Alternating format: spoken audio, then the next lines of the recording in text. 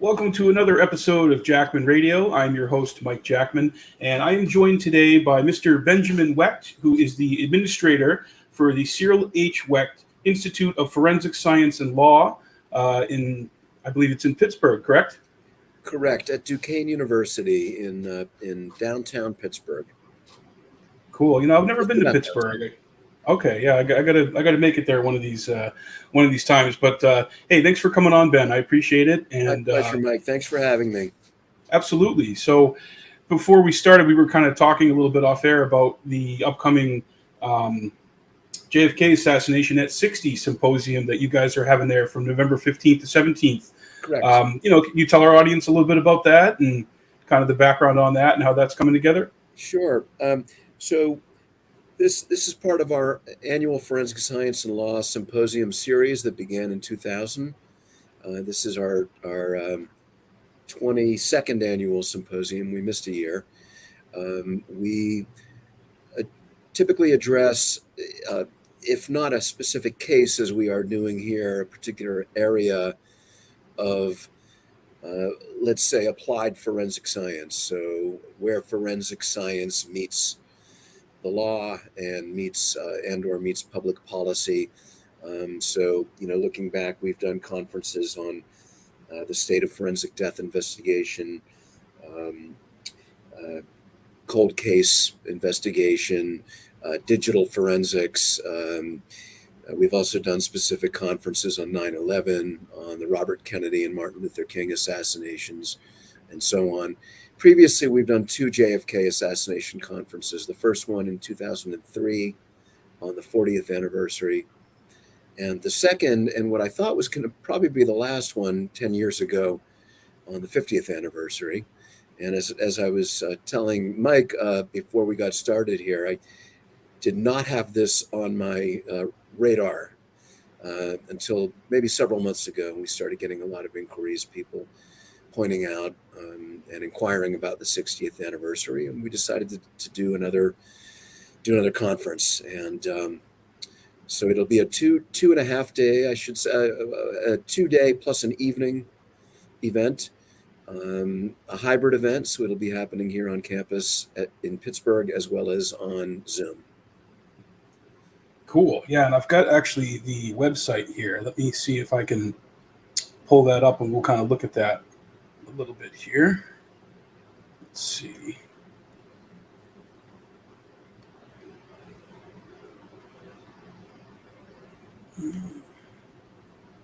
Oh, present, I think I have to do. Yeah, share screen. We're doing it live, folks, in real time. Okay. Where are you, Mike? I didn't ask. I'm in New Hampshire. New Hampshire. Okay. Yeah, the great Granite State. So here we go, folks. We got the at Duquesne University, the JFK assassination at 60, and like Ben was just saying, you've got looks like you got some really great guests too that are going to be speaking, like John Newman and Yeah, John Newman your has father.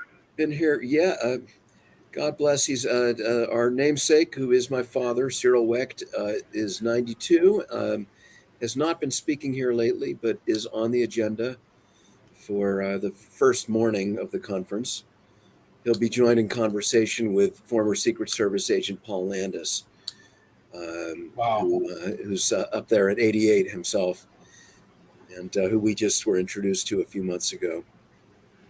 Yeah, the Landis stuff is pretty interesting. What do you make about that? Do you think that that's actually the bullet that has long been called the magic bullet, or what is it? I'd be overstepping my bounds if I expressed an opinion. I'm a layman. I'm a forensic and legal educator. I am not a subject matter expert, so that's my disclaimer. Um, it's a very persuasive account on many levels. I think it's completely within the realm of possibility. I think that there are a lot of questions that have been and will be raised, and we welcome them here.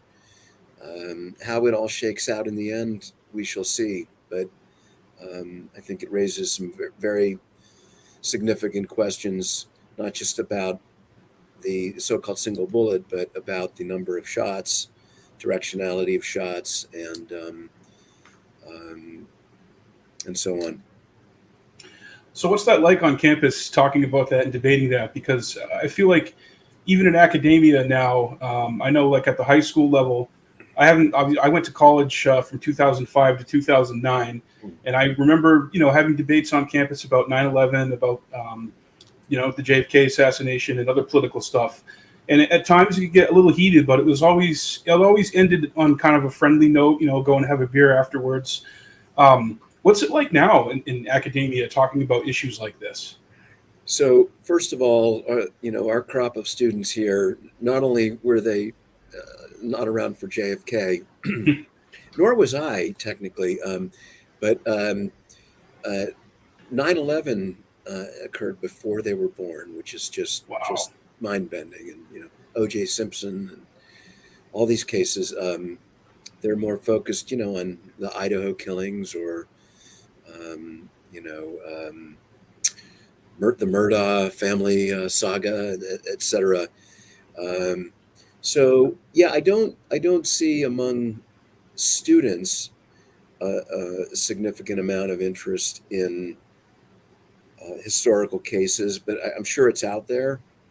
Um, I think students today are pretty focused on, at least the ones I know, on doing the coursework, which is pretty rigorous: biology, chemistry, physics, uh, legal procedure, and so on, and getting through all that, and just managing being a young person in today's society. I think that's enough for most people.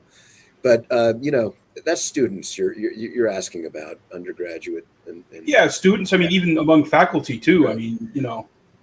So faculty, there certainly is a greater amount of interest, and we expect a lot of our own faculty and staff to attend. Um, they're signing up already. Yeah, but the bulk of the interest comes from off campus, I would say, and all kinds of people, from professionals to uh, CSI enthusiasts to true blue JFK buffs, JFK assassination buffs, to educators, so on and so forth. Yeah, that seems to be very big among younger folks, and even kind of a wider audience is the shows like CSI and True Crime. And I actually just watched a 45-minute. I don't know if it was a Nightline or one of the TV channels did a whole thing on the Idaho killings. I didn't really know much about it, but it seems like they might have that guy, the suspect there, based on DNA that was on like a knife sheath. Have you looked Right. into that at all? Or what That's do you make of correct. that? What do you make of that case? Yeah, it's been a while now since I've read up on that case, but that's correct. DNA from a knife sheath, and the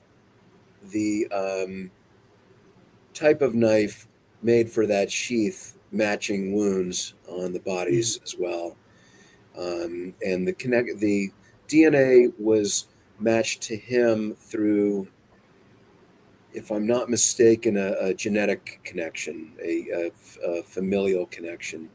But I may be misquoting. So, Oh but yeah, it's no, I think they a got fascinating they case. surreptitiously got a sampling from his father's DNA That was and it. matched Yeah. it. I think when he was, but I mean it's crazy if he's the guy who did it. This is a guy who's I think going for his master's or going to school to be Go. a criminologist or something like that. Yeah. Yeah. Correct. Yeah. Yeah. Fascinating. It is, yeah. Yeah. What do you? Maybe he thought he could get away with murder. Literally. Um, That's what it would seem like. I but mean, what do you make about that whole genre, like as entertainment? I mean, I think it's kind of become more of a recent phenomena, like the series about the Murdaugh family. And what do you think it is yeah. about Well, all that I stuff? so that's interesting that how you ask it. What do I think about it as entertainment? Um, you know, uh, it's obviously a big industry as entertainment. Yeah, I think it all started, from what I can tell, excuse me, with CSI, and then the whole rash of shows that grew out of that. Um, obviously there were predecessors in terms of mystery novels and true crime and so on. But in terms of mass entertainment, the NCIS and um, criminal behavior, behavioral. What's it called with Mandy Patinkin? Homeland or No, he was excellent in that too. But about the behavioral analysis unit at the FBI, oh, I haven't seen that. Criminal Minds, I believe. Oh, Criminal Minds. Okay, yeah. Could be it. Anyway, so it's a big industry. Uh, well, generally well researched, very well written, but it's drama and it's condensed and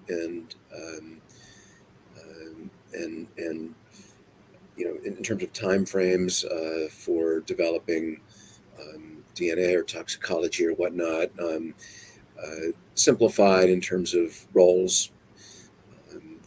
Some students will come here thinking that they're going to leave here and they're going to be packing a gun and interviewing suspects, and we quickly point out you may want to go to the police academy.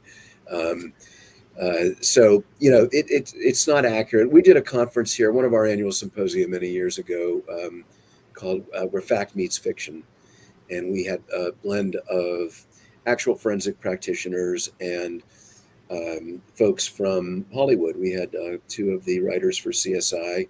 They're both actors in small roles on the show, from what I recall. Um, Other Hollywood writers, producers, and they discussed this very matter of discerning fact from fiction in various panel formats. And it's an important topic. It's not just academic, as it were. It relates to how juries understand and how juries and judges, for that matter, expect what they expect of criminal proceedings, the so-called CSI effect, and coming up against the realities, the messy realities of a lot of these cases. So, I think it's a mixed bag, to answer your question in a very long-winded way. Um, Definitely. yeah, And I think sometimes too, certain information can be left out, or the filmmakers have an agenda and a bent. Of course, I was pretty. for sure. I think, like many millions of Americans back in 2015, was very enthralled by Making a Murderer on Netflix, that series. And I've since kind of read into it a little bit more, and there's like a couple of camps that have emerged where they're like, yeah, Stephen Avery's, yeah, he's innocent, and then there's a new series, I think Candace Owens produced it, and it's basically disagreeing and promoting her side of it and saying he is in fact guilty, and that documentary got it wrong and was misleading. So it's interesting to see these series come out, and then a counter thing is created, and it's like a whole other subgenre within itself. Yeah, absolutely. So yeah, the other thing I wanted to ask you about, I remember watching this movie several years back too, was Concussion, and Albert Brooks It's portrayed your funny. father. Yeah, it's funny you mentioned that when you mentioned about um, filmmakers or television producers having agendas. I was thinking about that very movie. Um, yeah, it was an excellent movie. I don't want to speak ill of it, but it um, took a lot of liberties um, Yeah, for the sake of drama. yeah. It suggested some connections which were not there. Um, uh, With the CTE, or just with your father, or Yeah, with my dad, with Dr. Wecht. As I recall, the film tried to suggest um, that there was some connection between a prosecution that he had just withstood, brought here by a unscrupulous U.S. attorney back in 2005, and the NFL's coming down on his office, and an employee of his, Benedict, played by um, Um, Was that Will Smith? Smith, thank you. My gosh. Yeah. Yeah. So there's no connection. Yeah. For instance, Albert Brooks was great. He was. He was very. It was memorable. I thought I was looking at my dad on the screen. Yeah, well, I mean, your father is such a colorful character, and my first time being exposed to him was in The Men Who Killed Kennedy, that series, and he's Yeah. on there talking about the magic bullet. He's like, the bullet, this bullet can do whatever you want it to do. It can stop in midair and then go left, and I was like, who is this guy? And that was my introduction to your father, and he's a legend, man. I'm a big fan of his work, and I think it's great that you guys are going to have that dinner, and you're going to do the ceremony honoring him at the symposium with the 3D thing of Dealey Plaza. Well, so is that a researcher who's presenting that, or? Yeah, I honestly do not know a lot about Mr. Nestor. So to be clear, that dinner, the tribute dinner, is being hosted by CAPA, Citizens Against Political Assassinations. Excuse me, they're a nonprofit research and advocacy organization chaired by my dad, but separate from Duquesne University. They're partnering with us on this symposium, and they'll be hosting that dinner. They are bringing Mr. Nestor here to show his work. He is as I understand it, a filmmaker, producer who uses virtual reality techniques and 3D scanning and so on, and we'll be showing the results of a 3D scan of Dealey Plaza that he did. That's all I know. Okay. Apparently very, very interesting and a new perspective on the crime scene. It's important because I guess there's a push down there in Dallas to actually to destroy Dealey Plaza and totally change the topography and the landscape and get rid of it. So it's important from that perspective too. Yeah. I don't know the status of that, but I am aware that they want to make use of that area, which is understandable in a lot of ways, but it raises a lot of questions about preserving history, preserving a place where people can go to reflect on history. It will become less important as that generation passes, but I think it remains a place where people should be able to go and learn and observe and get a sense of for themselves of what happened, what didn't happen, what the likely scenarios were. Have you been down there? Yep, several times. Yeah, I've been twice, and I went in 2019, and I went this past March, and it struck me how small it actually is. And I went to the museum in 2019, did the whole tour, and I was in the elevator afterwards with a few other people, strangers I didn't know, and I was just like, so what does everyone think? Do you think Oswald did it? And everyone in the elevator raised their hand. They said yes, they did think that he did it. So I thought that was interesting. Coming out of the 6th floor museum. Yeah. Well, that's what year was that? 2019. Mm-hmm. Okay. So that is interesting because that museum, I think, has come a long way in terms of more comprehensively addressing the case than they used to. So I'm a little surprised that everyone on the elevator thought Oswald did it alone. He did it, and he did it acted alone. Yeah. Interesting. We just come from the 6th floor. I thought I was going to have a chat, but I was kind of like, oh, okay. And then the rest of the ride was silent. But I mean, being down there, standing on the triple underpass, obviously the grassy knoll going behind the fence. I think it's clear that there was, he was being fired upon from multiple shooters. I don't even think that's controversial at this point. I mean, the work, you and your father have done, or, certainly your father from 1965 to the present has totally obliterated that. Yeah, I'd agree. There are certain Um, I think, well, to use a term uh, used in a new book by Jim DiEugenio, a longtime researcher, and uh, Paul Blow, Bleau, a Canadian researcher, called chokeholds. Um, at first, I saw the title. I'm like, wait, nobody is alleging that there was a chokehold on JFK, but it's a term that they coined or picked up somewhere to describe. In this case, they have 10 chapters, 10 what they feel are irrefutable. Um, um, I hesitate to use the word facts, but irrefutable, indisputable conclusions that we all should be agreeing upon at this point, if we're being intellectually honest.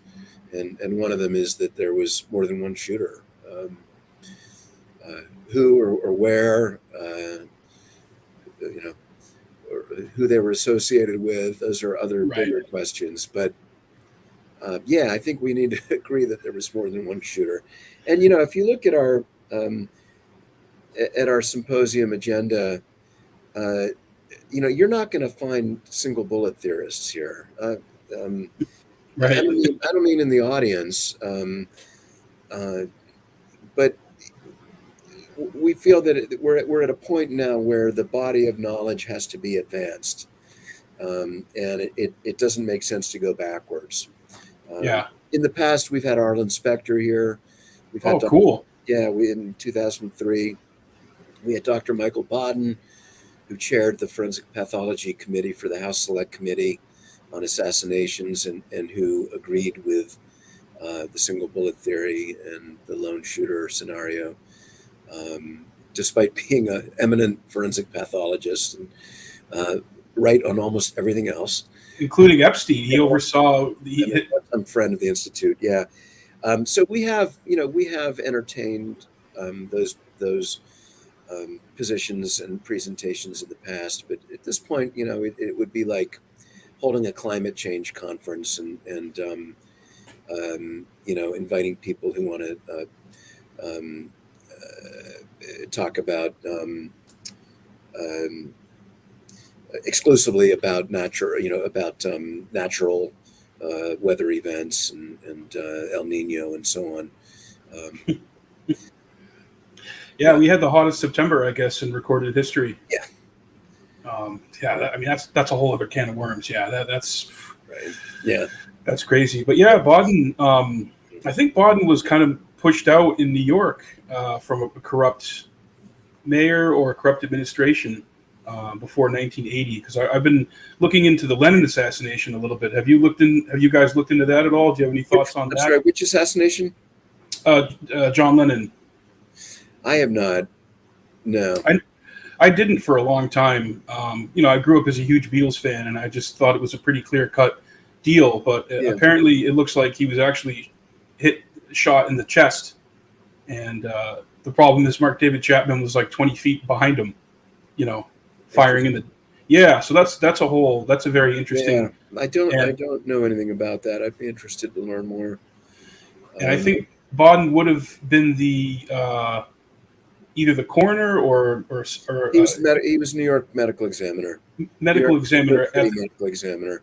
at the time Yeah, that happened. But they had another guy, Elliot Elliot Gross. Gross, who Yeah, had I some don't recall the accusations. whole history now, but yeah. So it's just, I don't know, it's just interesting. I mean, if you look at that, and I guess they've never actually officially released the autopsy. Hmm. Or there's one out there. There's just a certificate out there that a lot of people think is either fake or it is the real one. There's like the waters are kind of muddy in that case. I guess there's going to be a book and a documentary coming out by a fellow named David Whelan, who I've had on the program before. So that's an interesting one. But yeah, you bring up Michael Baden. He apparently he was hired by Jeffrey Epstein's brother to actually oversee the autopsy. He concluded that it was a murder. What do you think about that? Yeah, so again, from a lay perspective, I can just relate what I've heard, including from my dad, and that is that the extent of the anatomic damage to his throat was not consistent with someone simply leaning into a ligature, and showed the application of force. Um, there were also some suspicious circumstances, of course, with the camera being out. I think with him not being checked on despite being on suicide watch. What else? He had a cellmate at one point who had been removed. Yeah, Tartiglione was a former police officer who was in there for murdering 4 people in a drug deal gone awry. Yeah. And So a lot yeah, of suspicious circumstances, and clearly a lot of very powerful men connected, and one woman at least connected to him. So who knows? But some yeah. legitimate forensic scientific questions about the manner of Oh death. yeah. Yeah. I love it when President Trump is like, I don't know that person. If I saw them right now, I wouldn't recognize them. And then there's like 20 pictures of them together. Yeah, He could walk in here right now, Ben. I wouldn't even recognize him. that I, was ne- a I good. never, That's a good I never, impression. I never met the guy, Ben. I never met Epstein. I don't know him. You know, it's Yeah, quite a state of affairs we have in the world now. You know, yeah, it's pretty crazy if you've been paying attention for a while and to see the way things are now. But I think it's great the work that you guys are doing, and it is important, and it still does matter. Um, thank you know, you. do you? Yeah, yeah. Do you guys get contacted to consult with like TV shows? And because I know your father's been he was like did some work on the John Bonet case, or Yeah, obviously the RFK shooting. So are you guys in touch with a lot of like programs and I, shows and investigations? I or the institute are not typically involved. We have been periodically. We've mostly by way of connecting producers and writers with subject matter experts. Uh, but Yeah, but my dad certainly over the years has been involved with all manner of both documentary and feature and TV uh, projects. I think there'll always be an interest in that area for sure. You know, the public You know, has such a deep interest in these things, so it's yep, always going to be around. absolutely, yeah.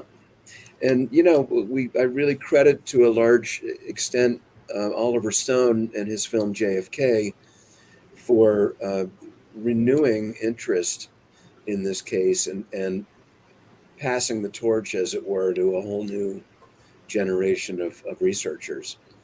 Um, he certainly, because we're speaking of taking dramatic license with material, he certainly did with JFK. Um, that's his prerogative as a filmmaker and as an artist. But got it right, I think, essentially, and more importantly, as I say, just really revived interest and awakened a whole new generation. The last 30 years, we wouldn't have seen the release of all the files that have come out, and yeah, all the information. And Yep. you know, you got you had Vincent Bugliosi and Gerald Posner, coming out to defend the official story. So it's interesting to see, especially during every anniversary. But I think this is a big one, obviously, like the 50th and the 40th was because it's a 10-year one. So you're going to see the media and trot out all the defenders of the official narrative. But I really think that it's a clay rooted thing, and most people don't buy it. So it's interesting to see as we get towards the 60th the way the public overall feels about it, which is I think they don't believe the official story. Yeah, we're hopeful as we, and when I say we, I mean I'm speaking here of the JFK assassination research community, as well as this institute, that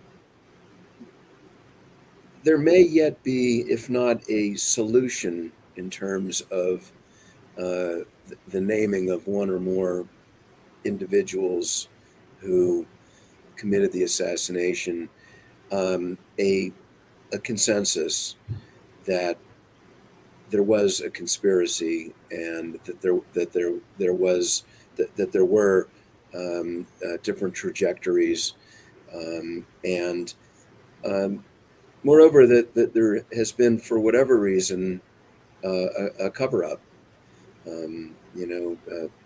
Cover-ups can happen for a lot of reasons, and that includes, I think, in the early days, covering up ineptitude and the Kennedy family's own secrets, certainly the FBI's secrets, the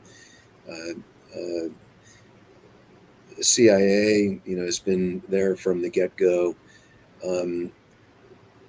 There are real questions today, and the reason I express some hopefulness is that I feel that we should be at the point where we can agree that 60 years after a murder, that the government has more or less concluded as more or less now considers a closed case, okay, that Oswald did it alone. What are we protecting? What are we hiding? Why are there files still being held? Who are we doing it for? What sources and methods are we protecting? It's pretty absurd when I think about it. So if we can get the next president uh, um, and I'm laughing because both the current president and our last president declined to release all the files. So maybe an administration after the next one to step up to the plate and say enough's enough. This is history, and history belongs, and historical knowledge belongs to the people. And let's trust. There's a great quote by Jefferson. I can't remember it right now, about trusting in civilian the society's ability to understand and discern fact from fiction, and draw their own judgments. And that's really what we're trying to do here. Yeah, don't treat us like children. They like to. A lot of the times, the media and the government to treat us like children. Yeah. And I think it was Trump who said that he did look into the files, and one of the reasons he opted not to release them was because it was. He was talking to Judge Napolitano about that, and he said, "Look, Judge, if you saw what I saw, you wouldn't want to release them either." Which I think is. He said that he made that statement. He did. He said that to Judge Napolitano. I mean, his lack of a filter can be a positive thing at times, and that would be Totally. An example. Yeah, so that's my sense too. Is that and similarly, President Biden took a look and or was advised by very high up folks in the intelligence community, CIA, FBI, NSA, what have you, that there are reasons, and again, I don't understand what those reasons could possibly be at this time, but that there are reasons to not release everything. Yeah, and you've got a great mix for the symposium. You have a fellow like Jefferson Morley, who used to work for the Washington Post, who has been chronicling a lot of information from the release the last 30 years. And then you got someone like John Newman, who goes into the intelligence connections. And then you'll have someone who will talk about the forensic and physical evidence. So you got quite a good smorgasbord of guests. And Alec Baldwin is showing up or doing a video or. Yeah.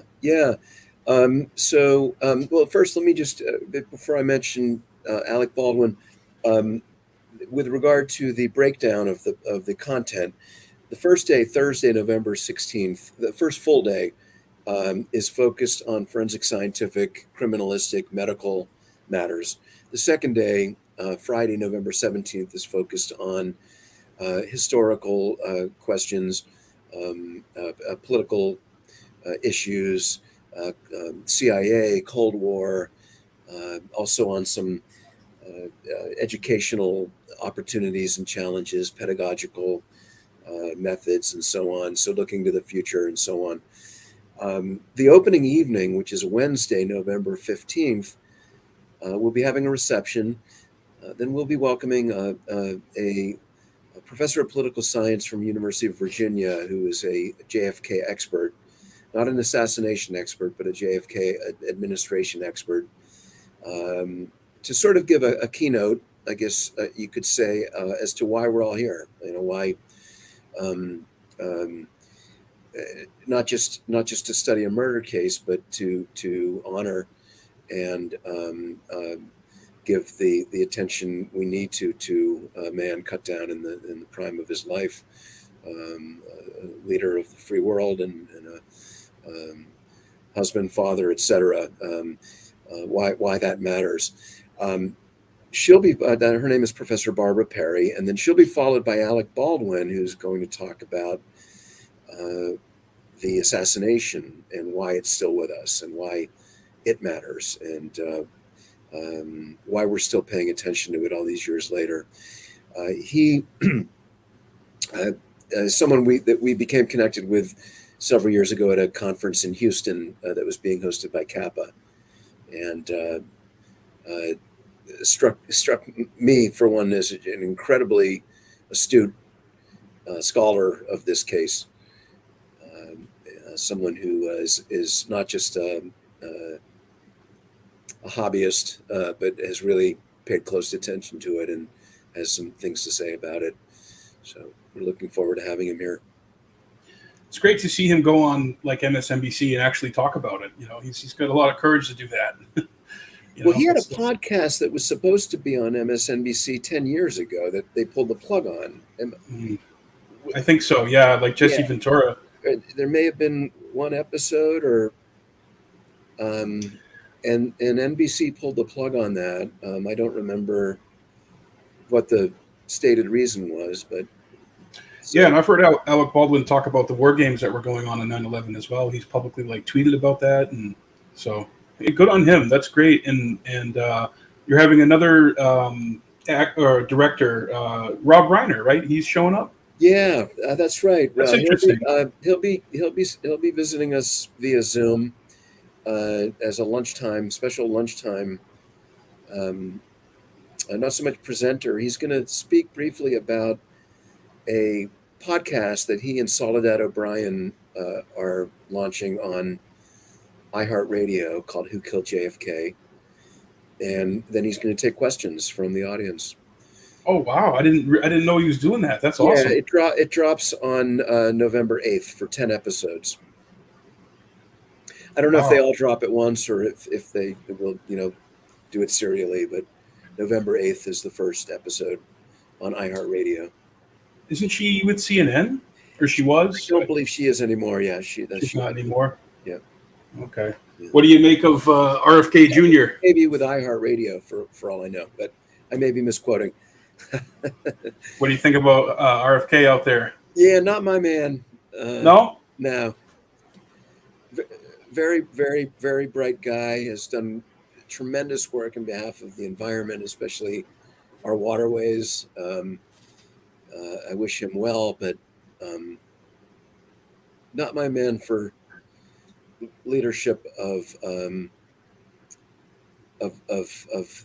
country, and that's fine. Yeah, for many reasons. I do want to say the main thing I should say about him is that his willingness, unlike pretty much every other member of the Kennedy clan, to speak freely about his beliefs, not just in the death of his uncle, but in the death of his father, is welcome and refreshing, and needed to be said. It's too bad that his credibility has been damaged in other ways, but I think he happens to be correct in what he says about those two assassinations. Robert, his father's assassination, which we have delved into here at the Institute, is, to my mind, an even clearer cut case for conspiracy from a forensic scientific standpoint than the JFK assassination. Wasn't your father brought in by the L.A. County to actually look at the Yeah, so autopsy or so Dr. Thomas Noguchi, who was the medical Gucci? examiner at the time and a close colleague and friend of my dad's, did consult with him. Uh, in fact, even before the autopsy started, as to Wow. how to avoid the chaos of the JFK autopsy. Well, don't have two guys who've never dealt with gunshots like they did at Bethesda. Yeah, right, That's just exactly. insane to me. Yeah, That's insane to me. But wow. So yeah, and Noguchi's still around too. I think, right? he is. He's a legend Yeah, too. thank you. I got to check in on him. He's got to be in his mid to late 90s. But he's never wavered on that, and he had so much No, courage and been pointing out the fact that there was a powder tattoo behind Senator Kennedy's right ear, where no further distance of 1 to 2 inches. So that the gun, exactly. it was probably Thane Caesar, the guy posing as a security guard, shooting up like this, and RFK grabbed his tie when he fell, and when Sirhan came in, fired one, maybe two shots. One of them hit Paul Schrade in the head, who I had on this program not long before he passed, and then he was on the table. He's Yeah, crowded on the table, firing in a totally different direction. yeah, So I agree. I think the RFK case, it doesn't get as much coverage or play, obviously, as the JFK assassination. But you read Lisa Pease's book, there's all kinds of great research out there. And yeah, I had a chance to talk to RFK Jr. about his uncle and his father's assassination the day after he announced his bid for the presidency, and that was I had him on the show, and that was a very memorable experience, in my life that I never thought I'd be at a table talking to RFK Jr. about those things. yeah. So I agree with you. He has a lot of courage to speak out about that, and I Absolutely. know there's other topics that you may agree or disagree with him, but I have a lot of respect for him, and that's one of the reasons why I am supporting him, and for foreign policy reasons as well. But Yeah, I know his stuff. I don't and know. I'm sorry. Oh, I was just going to say I don't know if there's maybe you take issue with the I don't want to say the word, but the shots or Yeah, the that's a big part of it in certain that's a things. tough one for a lot of people. And I understand that. And I Certain get that, things. and Yeah. yeah. And I'm sorry, you were going to say something else. I didn't mean to. No. I certainly can understand why. Yeah, I'm at an age now where I can refer to people like you as young people. Um, Thank you. uh, why young people like yourself would want to look to someone like him. We're in a and I don't want to get into politics now, but we're in a very tough situation now Yeah, as a country, um, and as a speaking for myself as a Democrat, capital D, yeah, we're in a tricky sure. situation.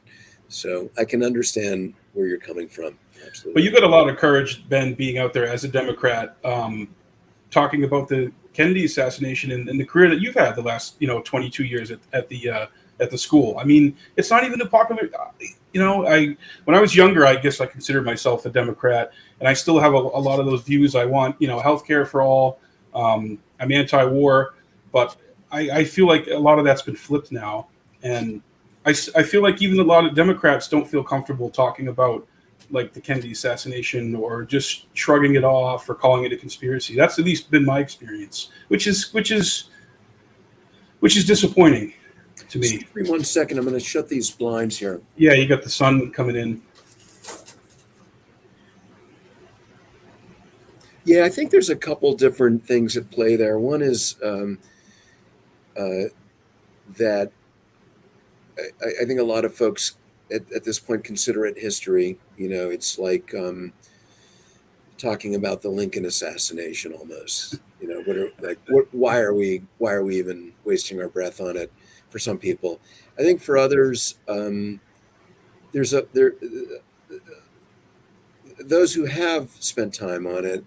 I think among a lot of them a sense of futility at this point that we're never going to know, and let's move on.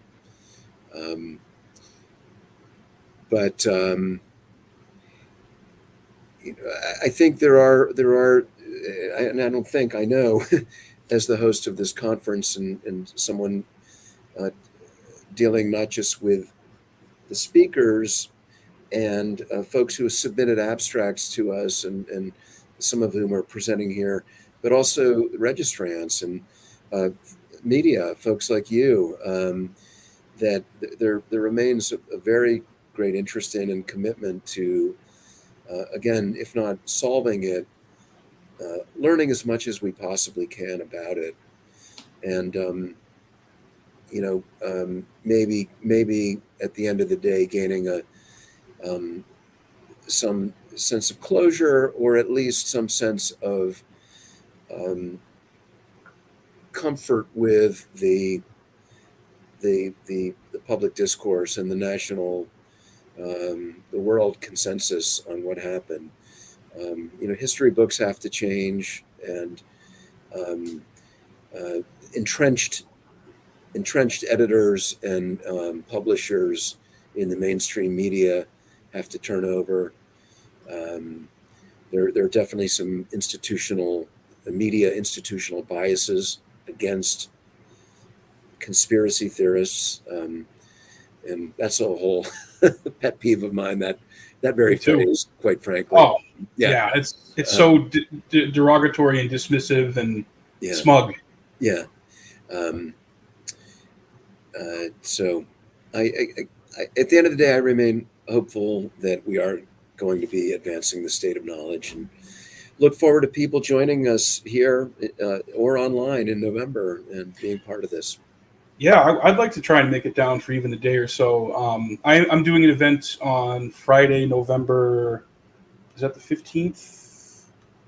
17th. So Friday, November 17th, I'm actually doing an event with another fellow here in New Hampshire at our local library. We're going to be showing the 2-hour version of Oliver Stone's recent JFK documentary, and then doing a hour-long panel and Q&A. So great. That's wonderful. That's going to be cool. And all right, my hat's off to you for carrying the torch. Thanks, I appreciate that, Ben. Before I let you go, I did want to see if there was an update on Mr. Campbell, the victim from the World Trade Center. I think your father was consulting or working with his family on. I'm not familiar with that case. He was a British citizen who died in the towers, and I think I had heard that your father was helping the family with some forensic stuff. Or I don't know. Okay. I couldn't speak to that. But yeah, that could be a whole other episode too, 9/11. So, yeah. All right, well, folks, we are coming up here on almost 50 minutes. I really appreciate your time, Ben. And everybody, appreciate the opportunity to talk about the symposium, and I hope you'll share the URL for. Oh yeah. If and I can certainly say it now. It's an easy one. duq.edu/JFK60. And that's going to be the JFK Assassination at 60, November 15th to the 17th in Pittsburgh, Pennsylvania. And on Zoom.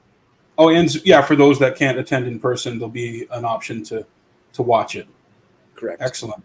Well, hey, I appreciate your time, Ben, and please, give my best to your father and tell him that I'm a big fan of his, and keep up the great work down there, guys. Thanks so much, Mike. It's been good to be with you. All right, thank you. You too. And that's another episode, folks. We will see you next time.